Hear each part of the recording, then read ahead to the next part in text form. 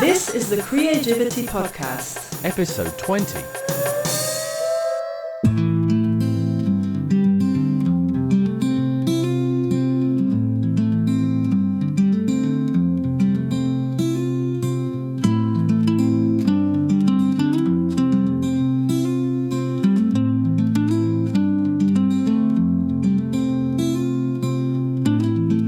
If you think you're too old to be creative or too creative to be old, then this is the podcast for you, Creageivity.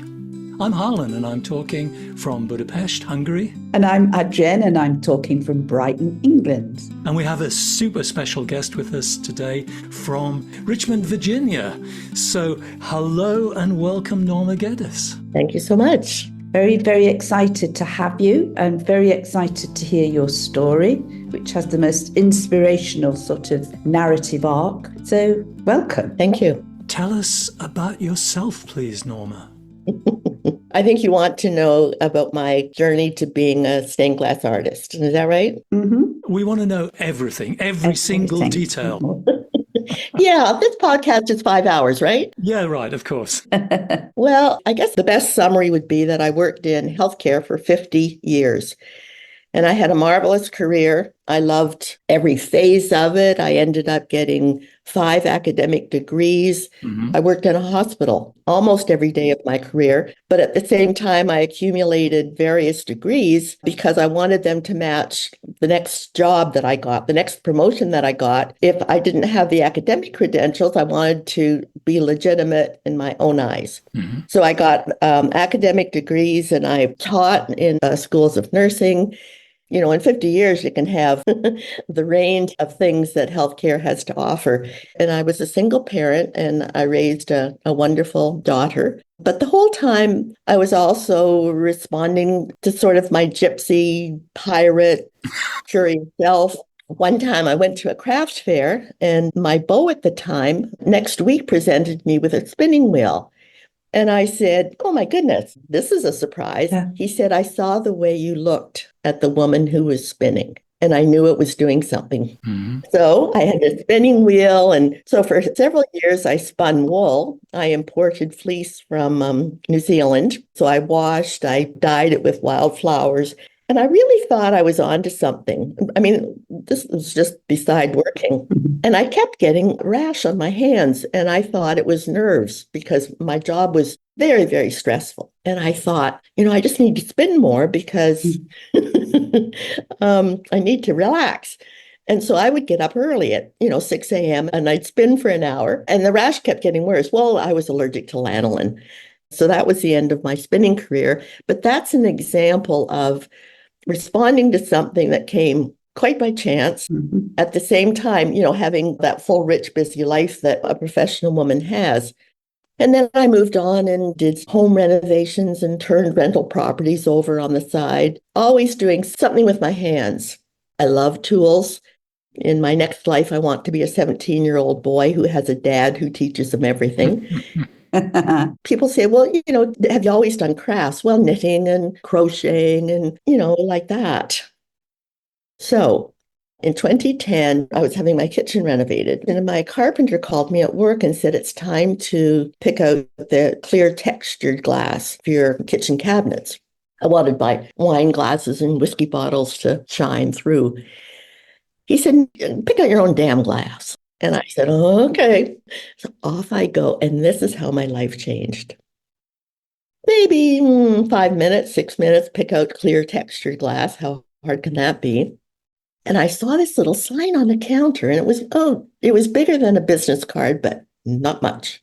And it said stained glass classes starting. And I said, these are the actual words that came to me. Never done that before.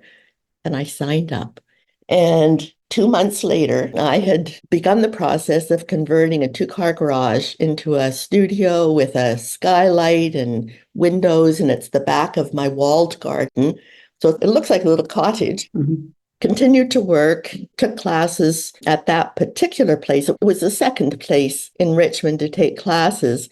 And then I thought, I want to know what someone else can teach me. So I went to the Visual Arts Center and I learned a lot from the woman who was teaching there. And I remember a particular evening when I said, I want to make stained glass boxes because we were sort of working on ordinary panels. And she said, oh, I've never done that before. Let's figure it out. And I thought, you're the teacher. We're in a stained glass class. Boxes are ever so common, and you've never made one. And you and I are going to figure it out. And that was like an awakening for me. Oh, even if you're the teacher, you don't need to know how to do it. You can figure it out. So then after I had been taking these stained glass classes, I kept looking over at the fused glass studio. Oh, and there were lovely bowls and platters and little sauce dishes. And I thought, that might be fun. So I started taking fused glass classes. And I liked that so much, I didn't stop doing stained glass, but I ended up getting 2 20-inch kilns. And then a couple of months later, could have been years, I look over and there's a glass bead making studio. And I thought, what if I have a gift for that?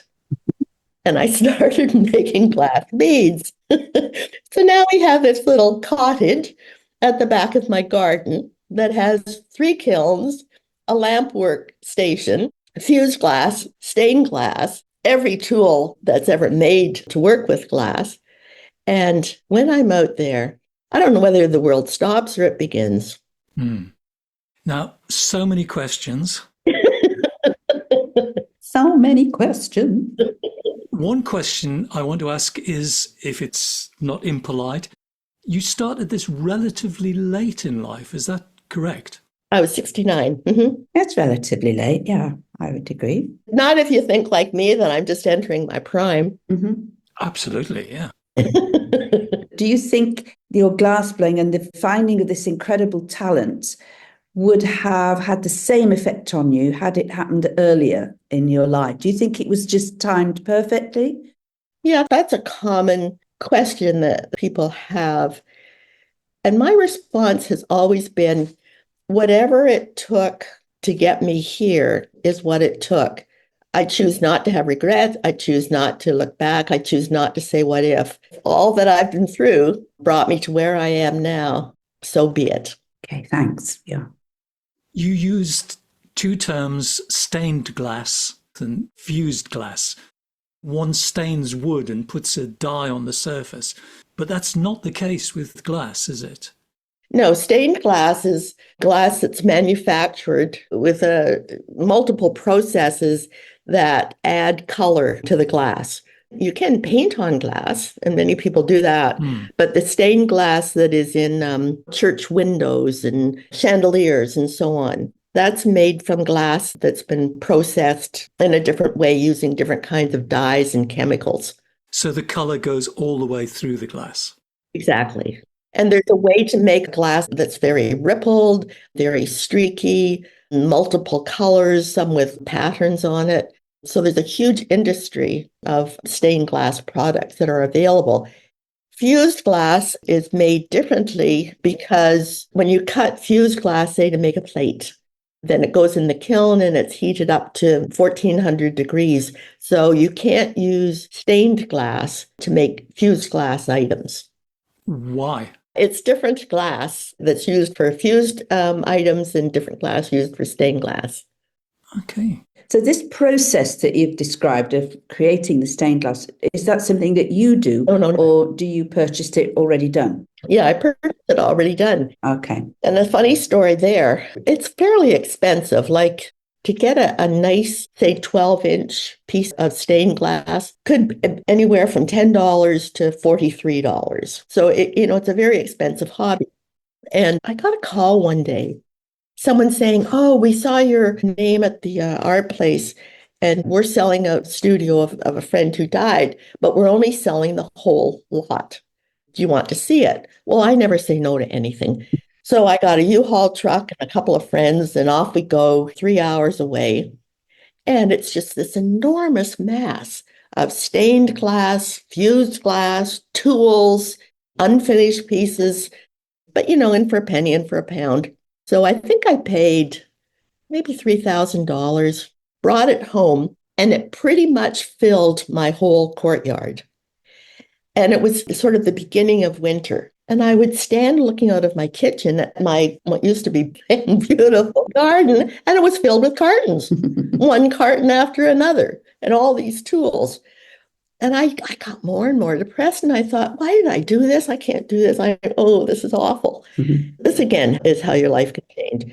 I called around to all the glass places I knew within a 100-mile radius, Washington, Alexandria, Norfolk.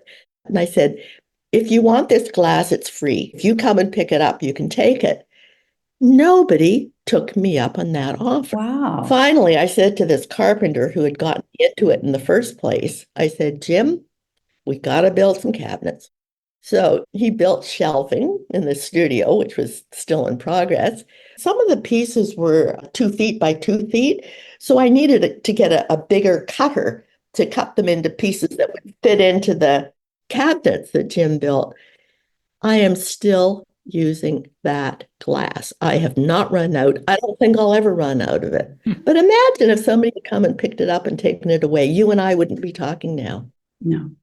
Things like that happen. And one of the things that really intrigues me about your story is your success, because Harlan and I know loads of people who are artists and they're really talented, but somehow it doesn't connect to financial success or recognition of that sort. And now, can I just say that you are very, very successful at what you do, and people actually ask you to come to their galleries to exhibit? I don't think of myself in that way, actually. No. Okay. No, I don't. I have never thought of this as a way of making a living. My goal when I first started having things in galleries was I wanted to make $100 a month to pay for my tools. I just wanted to keep more tools. I mean, to this day, I don't know, other people could describe it as successful. Yes, I was in 8 galleries 2 years ago, and my sister got sick. So I went down to get her through her pneumonia bout, and she was diagnosed with stage 4 cancer, and I didn't come home for 6 months. So at that point, the 8 galleries that I was in, I felt like the kindest thing I could do for everyone was just to back out of them. And so I stayed in 3 galleries, which I'm in today. And my sister is since in remission. So the 3 galleries that I'm in now are ones that I can manage and keep inventory. So I'm the featured artist at one of the galleries, and I've made 100 pieces. Set the goal of making 50. And then I gave myself the summer to do that. And then I thought, done. So then I made 50 more. Wow. Yeah, so I get a lot of satisfaction. But if people say, are you a successful glass artist? I'll say, well, I do it every day. People like my pieces. I don't know, is that successful? Yes, I was hoping there was something you could bottle and send over to me here in Brighton, and I could distribute it to my friends. Oh, Adrienne, I love what you do, and I love that you assist people with funerals. And while I was doing my doctorate, I became very familiar with, I have a chakra. So I resonated with the good work that you're doing. Thank you very much. So we can't bottle this. It's just you being you and saying yes to everything. So I'll try and do that for a year and see what happens. I'd like to hear about the process. Do you begin with an idea and then you turn that into a piece of glasswork? Or does the glass, as it were, speak to you and you take a piece of glass and go, what can I do with you? And it answers you, it tells you what to do. Yeah, I have a lot of chats. My glass is very chatty. And I've got some leftover pieces from a panel I just finished, but I've got enough to make another piece. And it's all taupey browns, lovely textured. And I've also got a metal stand that I've been thinking about. I want to create something to go in that stand. And I actually was lying in bed and I could visualize making this panel. And then because Murano, Italy is one of my most favorite places in the world, I've got a lot of cabochones.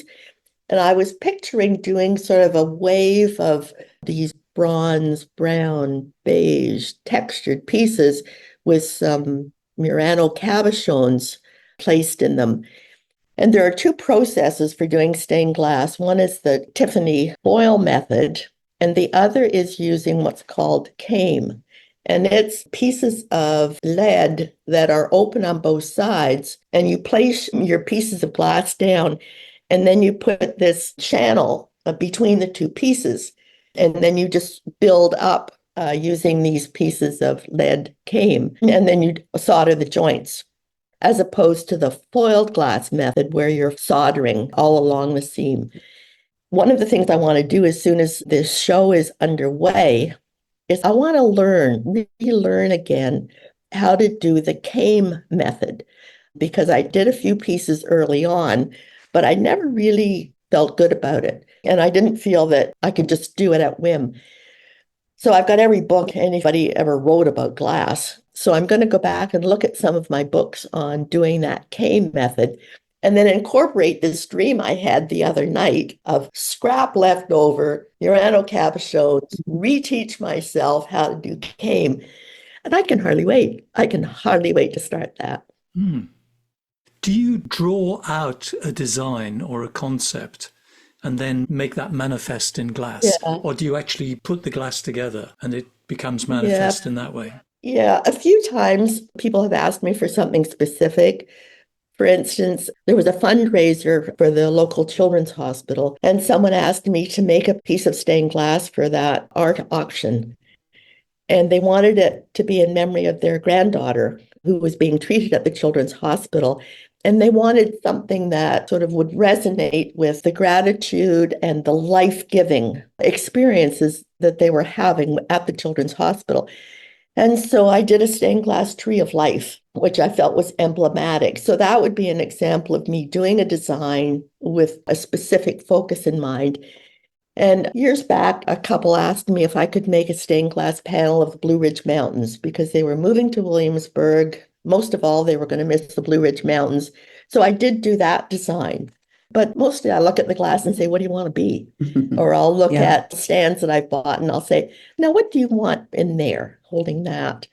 But then to get ready for this show, I thought, come on, I want to stretch myself. So there are a couple of designs that Justin Benke is a fabulous artist and makes very intricate, complicated, small piece.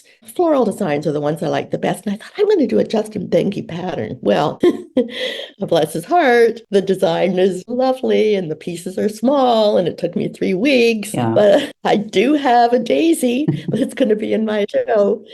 And it was sort of for me to say, well, can I follow? And then I also did a sunflower and a mallow flower that I didn't even know what that was.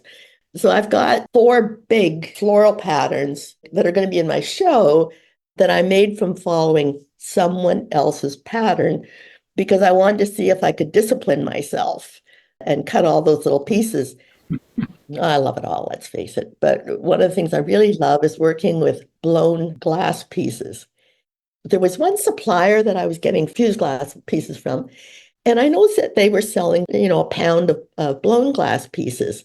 And I thought, oh, heck, I wonder what I could do with that.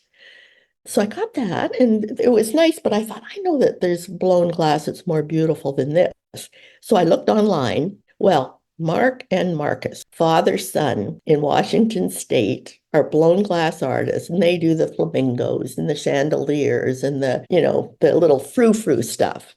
And I wrote them and I said, do you ever break anything? Because, do you ever have pieces of glass that I could use? Mm-hmm. Oh, sure. So they send me a big carton of chunks of blown glass. So what I'll do is I'll take the chunks of glass, put them in my kiln to round the edges, and then I'll just put them in a color palette, and then I'll create these panels, mostly like with rivers of color. And about a month ago, I wrote Mark is the father, Marcus is the son. And I wrote Mark and I said, hey, Mark, you need to make a blue vase, drop it, blame Marcus. So, you get relationships and, people feed you. So, yeah, I don't mind doing a pattern. My neighbor's daughter, she's getting married and she likes the yin yang symbol. So I just whipped up a little yin yang with hearts in it. Oh, wow. Oh, that's beautiful. I love what I do. Yes, I think that's quite apparent, actually, talking to you. It strikes me that you never say no. You're constantly enthusiastic, constantly looking, discovering, exploring what there is out there to feed your passion. Is that right? Oh, I tried to say no once. I really did. So I was a director of nursing, and this was before I was involved with glass. So I was a director of nursing and I was doing this healing touch, and I did my dissertation on personal transformation. And it was personal transformation and healing touch practitioners because I was learning how to be one. And I kept noticing that when we'd have our little group chat after our practice session, I kept thinking that people would say, oh, I healed this person. And oh, my grandmother no longer has arthritis because of helping her. And I kept waiting for stories of them having been heroic in their healing powers. Yeah. Well, much to my surprise, and I don't know if this has been your experience, they kept talking about themselves and what was happening in their life and the transformation that was taking in terms of their personal awareness, lifestyle changes. And I thought, holy cow, they aren't talking about healing others. They're talking about themselves being healed. So that was a great lesson for me. And I'm walking down the hall one day at my day job. And I say, hey, Bethany, what's up? She said, oh, I just got back from my class. I'm in the PhD program. And I said, yay, you. She said, Norma, I think you should get into the doctoral program. I said, Bethany, I have 4 degrees. I have a job I love. I have hobbies. I have a social life. I'm happy. Why would I do that? And Bethany said, it'd be so much fun having you in class. That's a great reason. That's the best reason in the world, isn't it? I can't make this up. This is a true story. So I said, Bethany, just so you won't bug me again, I'll go and talk with Richard, the director of the program. I'll go and talk to him. Would that be okay? Oh, yeah, he's going to love you too. So off I go, talk to Richard. Oh, Norma, that's so interesting what you're doing. And we're doing alternative therapies and we've got bursaries and, you'd be the perfect match for our program. I say, Richard, I'm here because Bethany asked me to consider it, have a nice weekend. I go home. I cook my linguine and clam sauce. Richard calls, hey, Norma, great chat today. Have you given any more thought to the program? No, Richard, it's Friday night. I'm having linguine and clam sauce. And I'm not going to school anymore. He said, will you just think about it? And I said, well, of course, Richard, I'll think about it. I think about everything. 10 o'clock the next morning, I'm barely up. Hey, Norma, it's Richard. Wondering if you've given any more thought to it. I said, Richard, it's Saturday morning. If you'll stop calling me, I'll go in the program. So then I got a doctorate. Can you believe that story? Yes, actually, I can. The power of yes. You were talking about cutting glass before and fusing glass, and I thought this person must have all sorts of injuries to their fingers. Do you cut yourself? Do you burn your fingers? Do you do terrible things? I don't get cutting, but I get cut after you've cut a piece. And if it's not a smooth cut, because you're wanting to foil it, so you need the glass piece to be smooth, then you need to grind it. And when you're holding the piece of glass that has little edges to it, when you're holding it up against the grinder, it can dig into your thumb or your fingers. So that's where I often get little cuts. But, small price to pay. And sometimes, solder will drop on my lap and I just brush it off. So no emergency room visits. I'm pleased to hear that. I'm also slightly stunned because I'd be screaming my head off. When you get little tiny paper cuts, they can be so painful. Yeah, I don't seek them out. It might be a shallow question, I don't know, but obviously we're on Zoom, everyone, so I can see your room that you're in. So it leads me to ask the question, do you have any stained glass in your own home? I have a lot. Yeah. Do you? Yeah. Yeah. And I was asked recently, well, how many galleries are you in? And I'll say, well, I've narrowed it down to 3, but if you count my daughter's house, that would be 4. You know how parents hang stuff on the fridge, every time you come home from kindergarten? Yeah. So my daughter has a lot of my artwork. I've only recently moved to this flat and there are bits of stained glass everywhere, traditional stuff. That stained glass really lifts the space, I think. True for you? Yeah, I think it's lovely. This house that I've lived in for 30 years, front door has stained glass. My bedroom that has a vaulted ceiling has a stained glass panel. And the dining room that I'm sitting in has stained glass. And my daughter is convinced that it seeped in, that somehow this stained glass that I had been living in all these years at a subconscious level. Okay. She could be right, she could be wrong, who cares? But anything that speaks of energy, and glass speaks to me of energy. I've got one very large piece that my class contributed to. It's 2.5 feet by 1.5, and it's individual pieces, and everybody in our class contributed. And that was auctioned at a fundraiser for this visual arts center where I was taking classes. And I remember at that auction, and I had said in class, nobody's getting this but me. And I made the mistake, I guess, of telling the teacher that. And I said, I'd pay up to $4,000 for this. I think it's worth that. Mm. Well, we're at the auction. And I had turned to the person beside me who was a gallery owner that I had just recently met, but I'd put some glass art in her gallery. They were auctioning this 2 weeks in France. And I said, have you ever spent 2 weeks at a farmhouse in France? And she said, no. Have you? I said, no. Well, let's go. So we bid on that. And then this piece came up for auction. And I had already said, no one's getting it but me. Well, I bid on it. Gets up to $3,000. And there's a voice behind me that raises it. I did get it for $4,000, but it was my teacher that kept raising the price. She says no, but I know it was her. That was a memorable event because I got my 2 weeks in France, and then I have this incredible piece of artwork. But then I had doors going out to my garden, but I had to get it enlarged in order to show this piece. It cost another $5,000 to get a huge window put in to display this. Fabulous. The whole reason for this story that took off on quite a few tangents is that to this day, I can still look at that piece and I'll see something, I don't recall seeing that color before, or isn't that texture interesting? And I think that is what meaningful art is. You connect with it, and somehow you and that piece of art, you're in a space that's just lovely to be in. Yeah. I don't know if that makes sense. Absolutely. And the idea of meaningful and the way that stained glass historically has been associated with, say, the Judeo-Christian religion, and that so many churches have vast stained glass windows. And here in England, there's one in a nearby church that was designed by Marc Chagall. So it's quite contemporary. What are your thoughts on that connection between religion and stained glass art? Do you have any thoughts? No, I never really thought of that, but Okay. You having raised that question, I would say there's a connection between beauty, peace, synchronicity, harmony, belonging. People that love art love it because it touches something deep in them. I dare to say soul. Yeah. Are you a stained glass tourist? When you were in France, did you go to cathedrals or libraries, mosques? I don't seek it out. If it's there, I'll admire the handiwork or the beauty. I've spent some time in Venice. I was on a tour group to Greece a number of years ago, and I met a couple.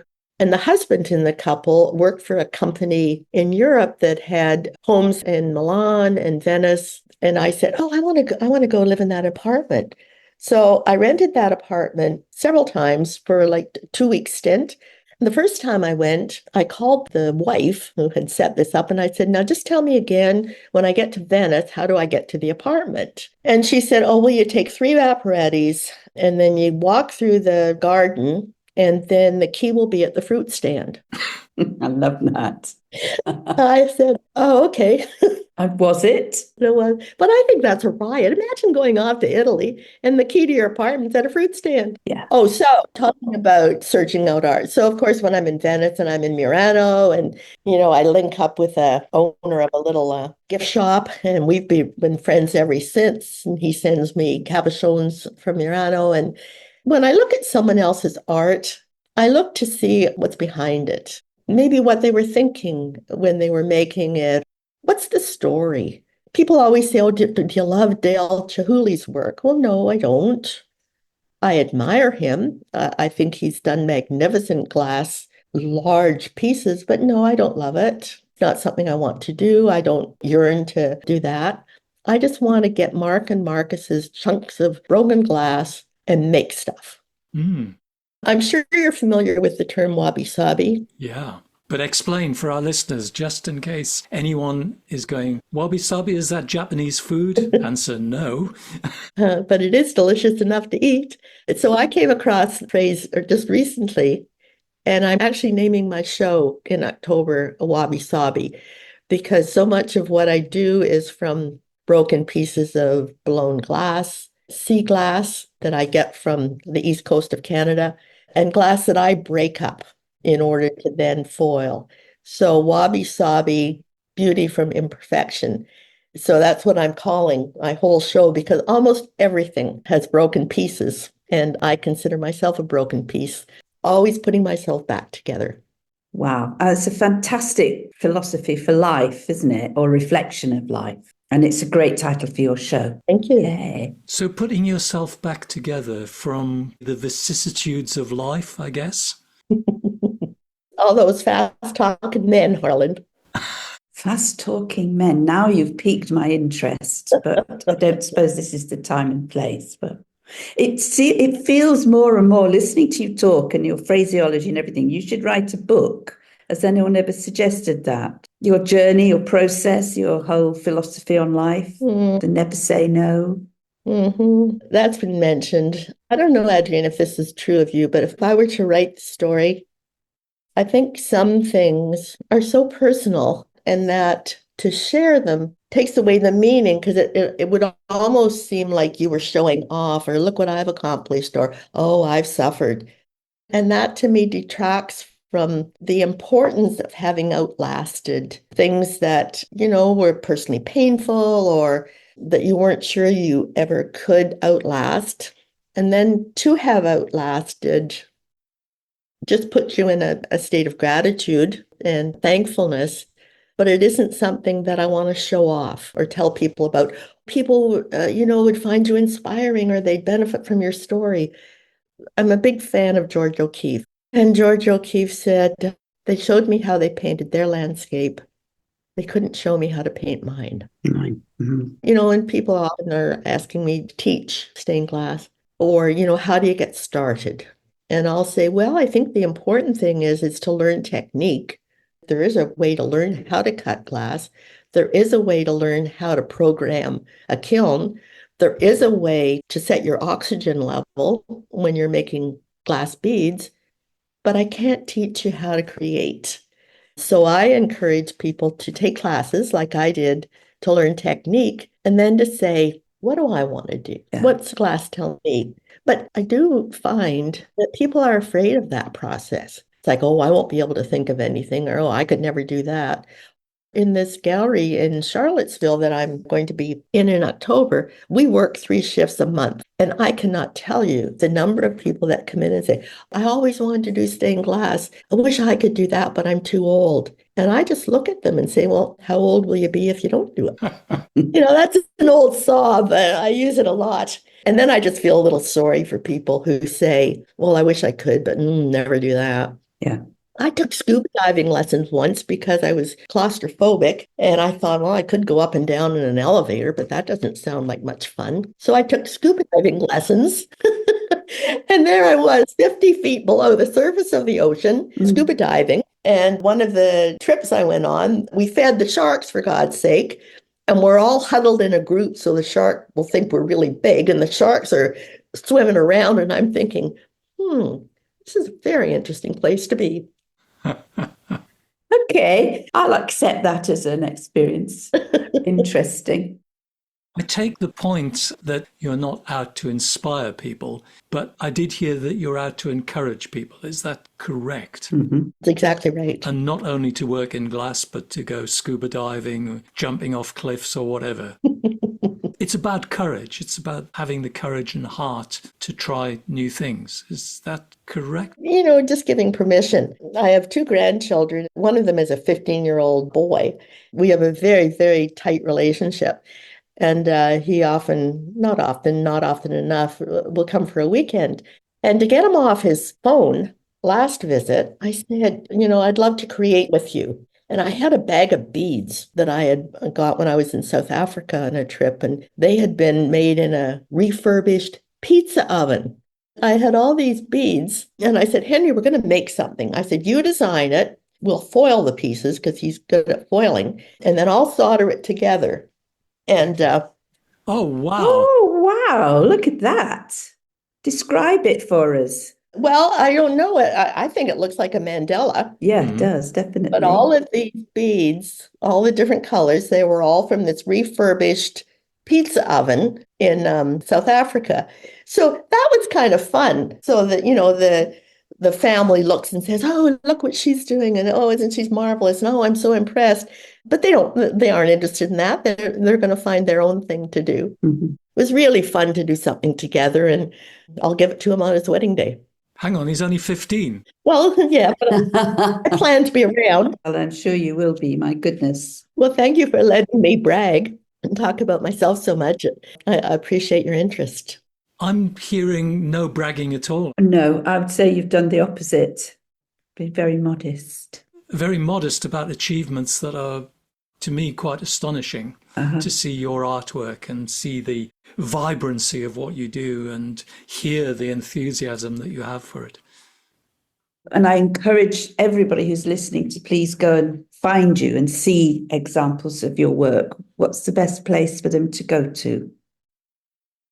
So www.normageddesglass.com. Mm-hmm. We'll also put the link on our website as well, of course. Yeah.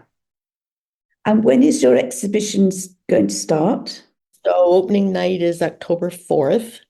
And I don't know if this would matter, but people say, "Oh, you're going to sell so much, and oh, it's going to be such a big hit." And my daughter says, "Oh, I want to make sure I pick out the ones I want first."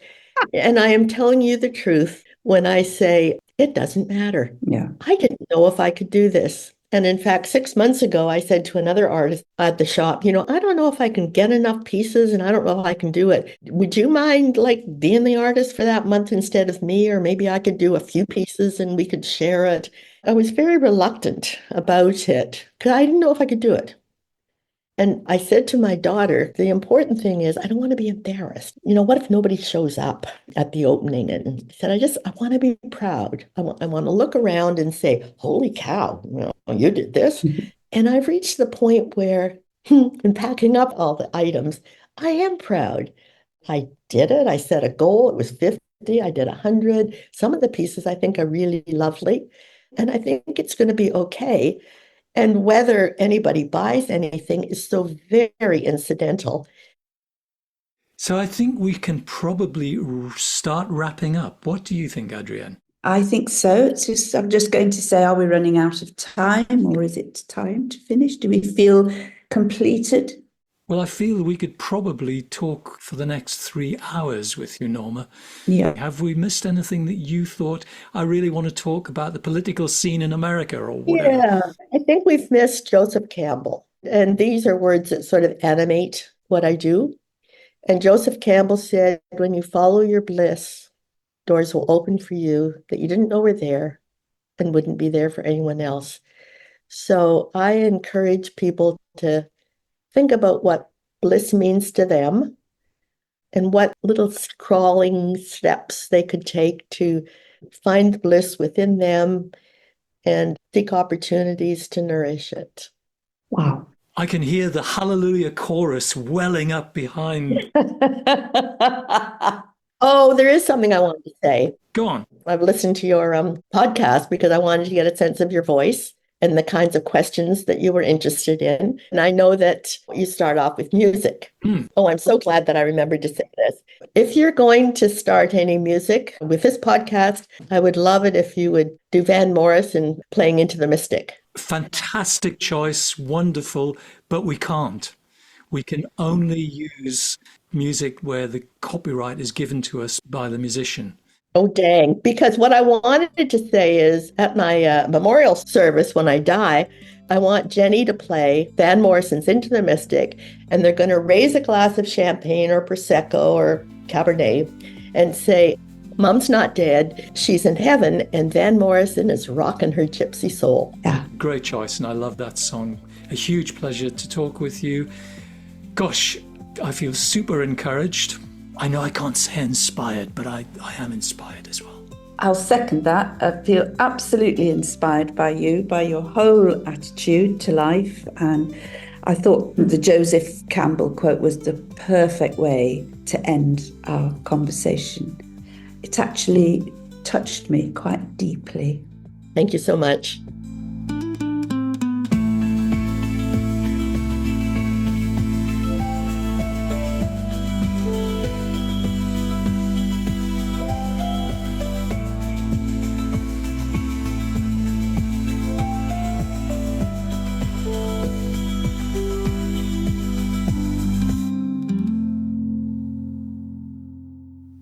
Creageivity. If you think you're too old to be creative or too creative to be old, tune in to the Creageivity podcast.